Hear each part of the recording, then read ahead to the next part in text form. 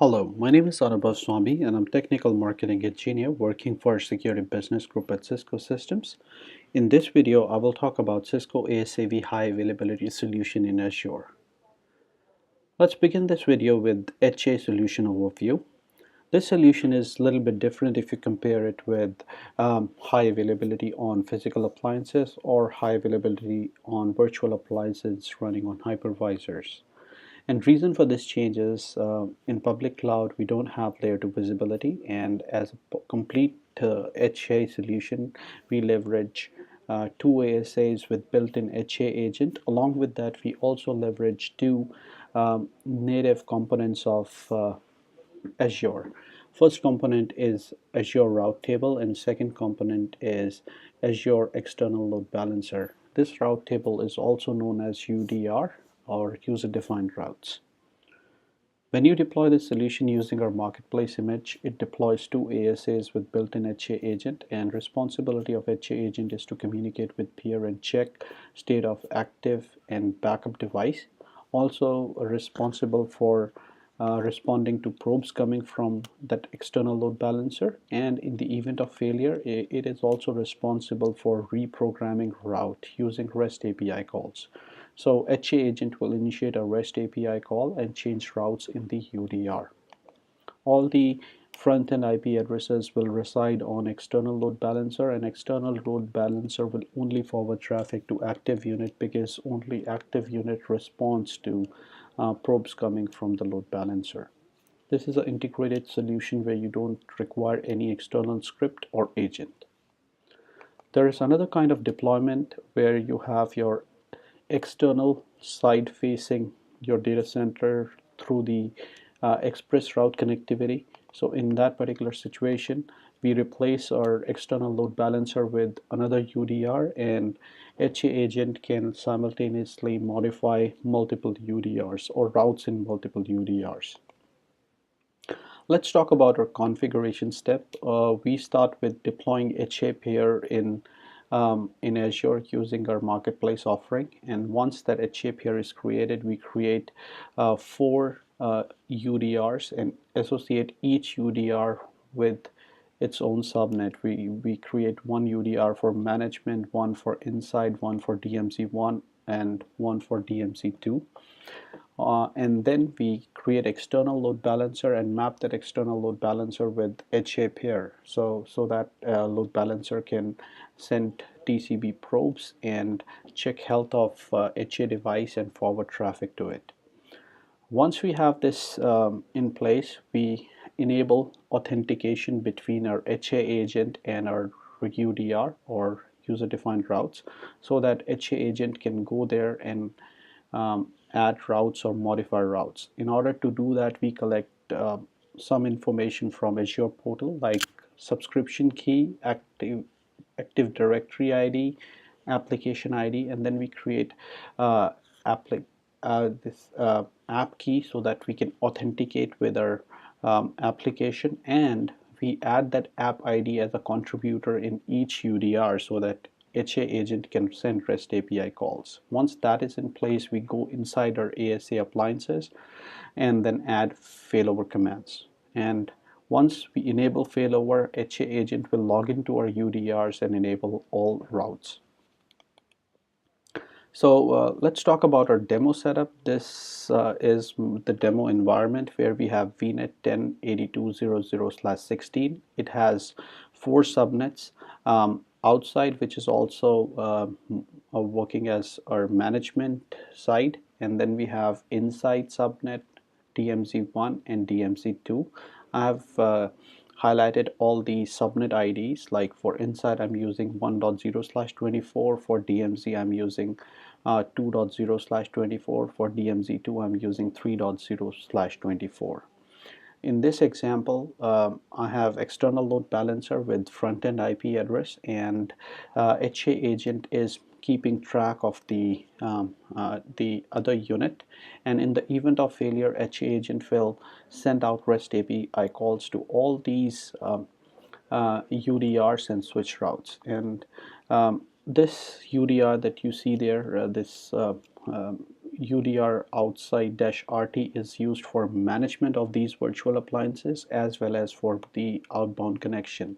For inbound connection, users will hit public IP address which is assigned on my external load balancer, and then external load balancer will forward it to active ASA.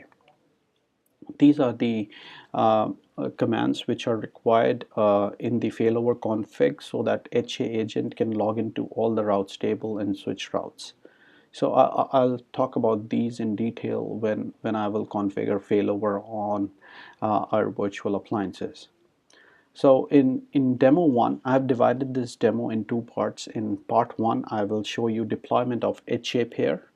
And then I will create UDRs, associate those UDRs with each subnet or each interface, and then I will create external load balancer and add our HA pair as a backend pool. In demo 2, I will collect required information such as subscription ID, directory ID, and I will also create app ID and enable app key as well. Then I would be using all these values in my failover command so that HA agent can authenticate with UDR and add or modify routes using REST API calls.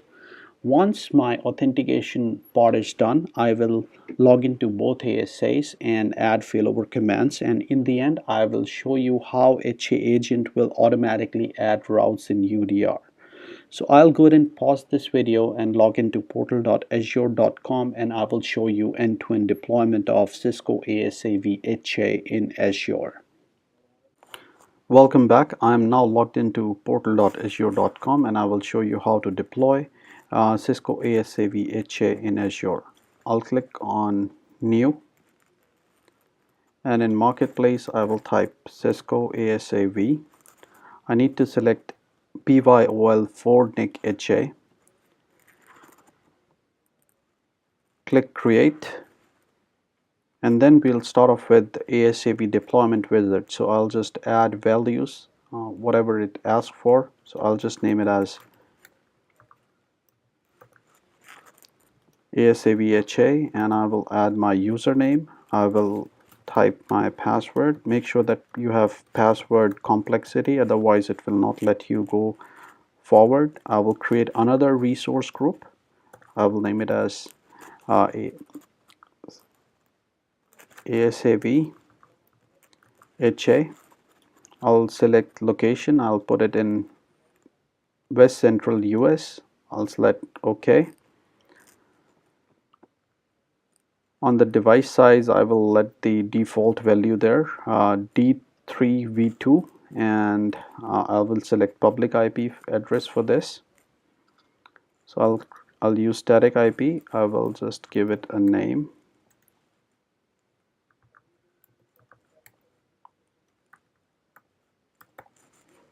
I'm going to use static IP for this, and then I will give it a DNS label.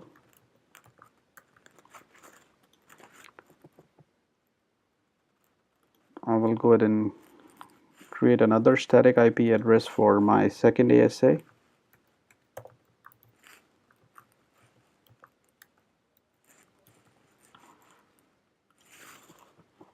These addresses will be used by administrator for managing these ASAs. There are other ways to manage it. If you have jump box in your management subnet, you can use that jump box. Now I'm giving DNS name for second ASA, and I need to provide storage account as well. So I will just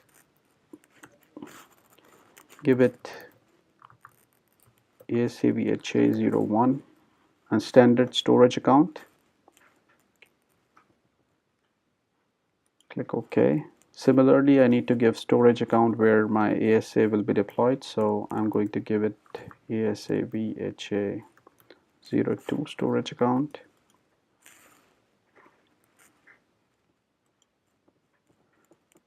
Then I should have VNet in which I'm going to deploy it, so I'm going to name it as ASAv HA VNet01. I'm going to use 10.82.0016. Now I need to configure subnet. So I'm going to name my first interface as management interface. I would be using this interface as outside interface also. And second interface as inside, third interface as DMZ1, then fourth interface as DMZ2. I'll click OK. Now I'll go ahead and click OK on this screen again. It will run some validation in the background. It will validate all the parameters that I've added. So once that validation is complete, we will see that OK button enabled. So I'll click OK once it is there. So I'll click OK. Now I can read more about this offering and then click purchase. So the information is now getting loaded. I can go ahead and read this and then click purchase.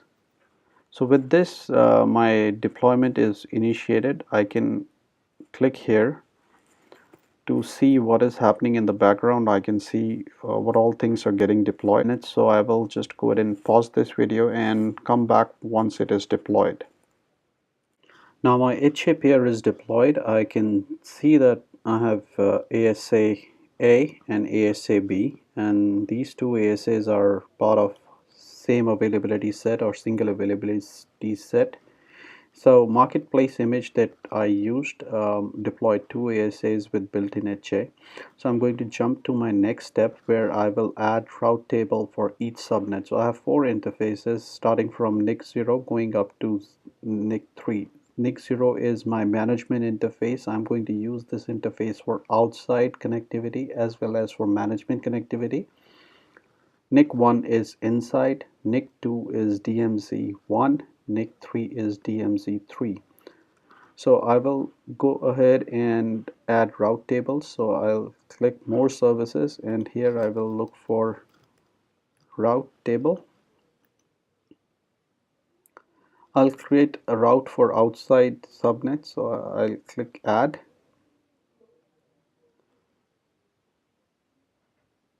I'll go ahead and name it as outside-RT. I'll put it in the same availability zone, which is ASAv HA, and I will pin it to dashboard. Now things are getting validated and it will be deployed. So deployment for the route table already started and it will be added pretty quick. So route table deployment generally take very less time. So let's go ahead and wait for this to deploy. In the meantime, I'll show you the security group as well. So there is a security group which is there. It has inbound rules as well as outbound rules.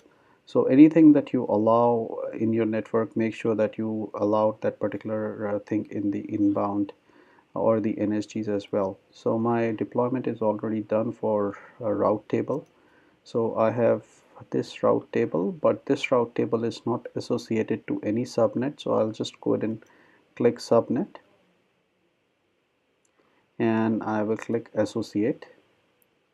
Here I need to specify which virtual network I want to associate this route table to. I will select my subnet and then I will associate it to management subnet, which is my outside subnet as well.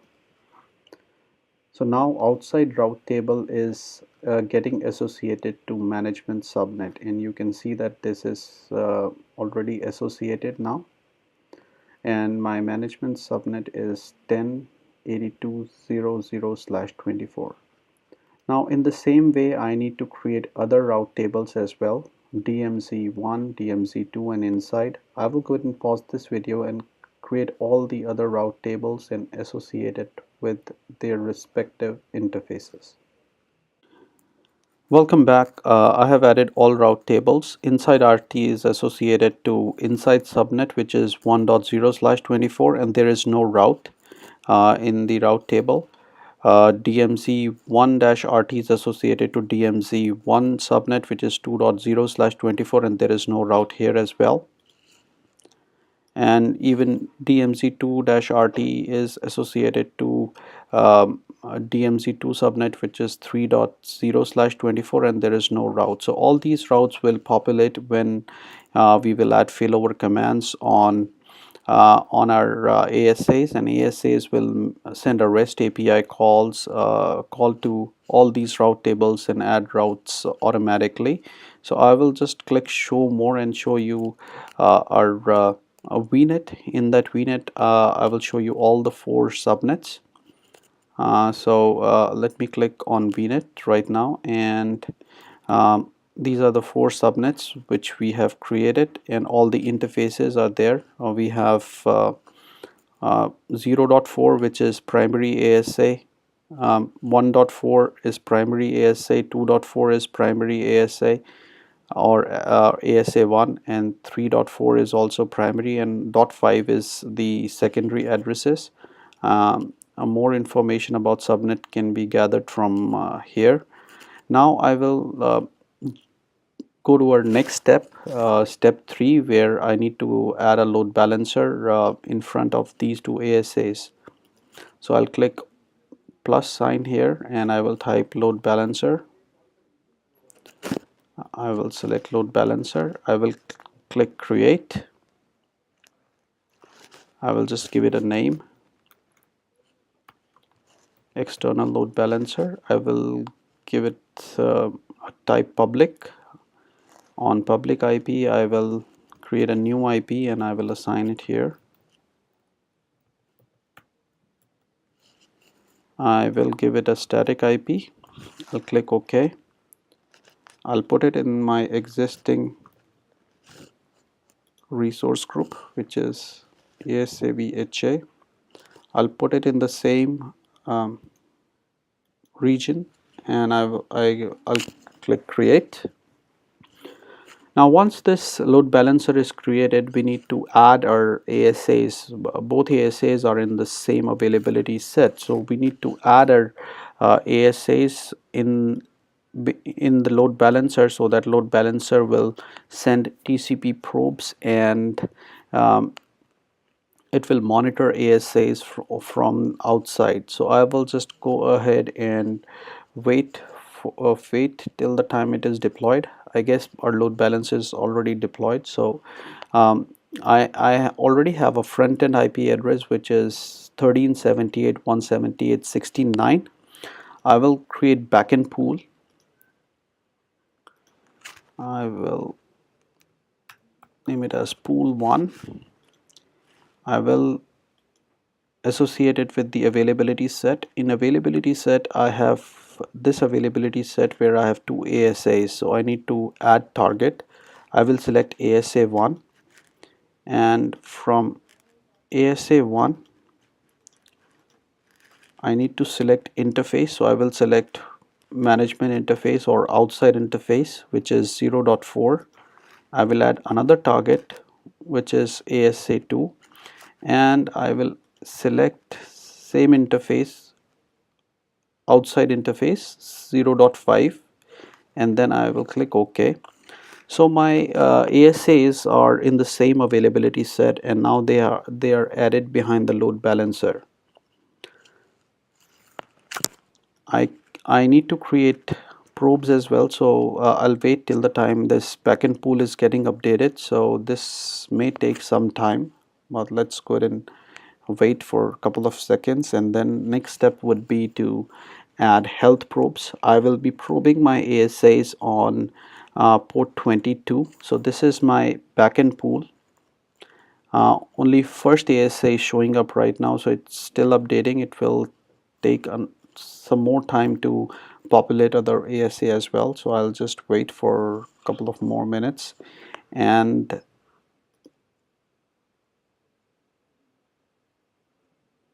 then I will add health probes. So health probes will send TCP probes towards ASAs, and if ASA will not respond, that ASA will be removed out of the backend pool. So I can now see my ASA1 and ASA2 both available in the backend pool. I will click health, still updating, so until it is updated I cannot add health probe. So I'll wait for that. And I also have load balancing rules. Based on these rules, I will forward traffic to the to ASAs. So now it is updated. Let me go ahead and create health probes. So I'll just name it as health or probe 1. I will use port 22, and I can modify these values, intervals and unhealthy threshold. I will click OK. I'll leave it at default right now. I can also play with my inbound NAT rules. So if you have workload inside subnet or DMZ1 or DMZ2, you can create NAT rules for that on this load balancer as well. And based on the load balancing pool, you can forward traffic to your ASAs. And remember, only active ASA will respond to probes, so that there will be only one active path. And in the event of failure, um, the second ASA, which will become active, will initiate REST API calls and modify routes. Along with that, it will also start responding to load balancer probes, so that load balancer will understand, okay, second ASA is active, and then it will forward traffic to second ASA. Now we have added health probe as well on port 22. So now probing is already initiated. I will create a load balancing rule, so I can specify, I will name it as rule 1. So any traffic hitting on my first front-end IP address on port 8080 will go to this backend pool if probes are healthy. If that is healthy, there are a couple of things you can select from on the session persistency. I will just leave it as default, and I will click OK. Also, we have inbound NAT rules which we can configure. So you can check on that as well. If you are interested in doing NATing here, then you can specify internal machine address as well, and then you do your inbound NAT rules here on this. So with this, we have reached the end of our first video, and in next video I will show you how we will integrate our Azure portal and our route table using the app ID and app authentication key, and enable those routing information in the UDRs. Hope you enjoyed this video. Thank you for watching.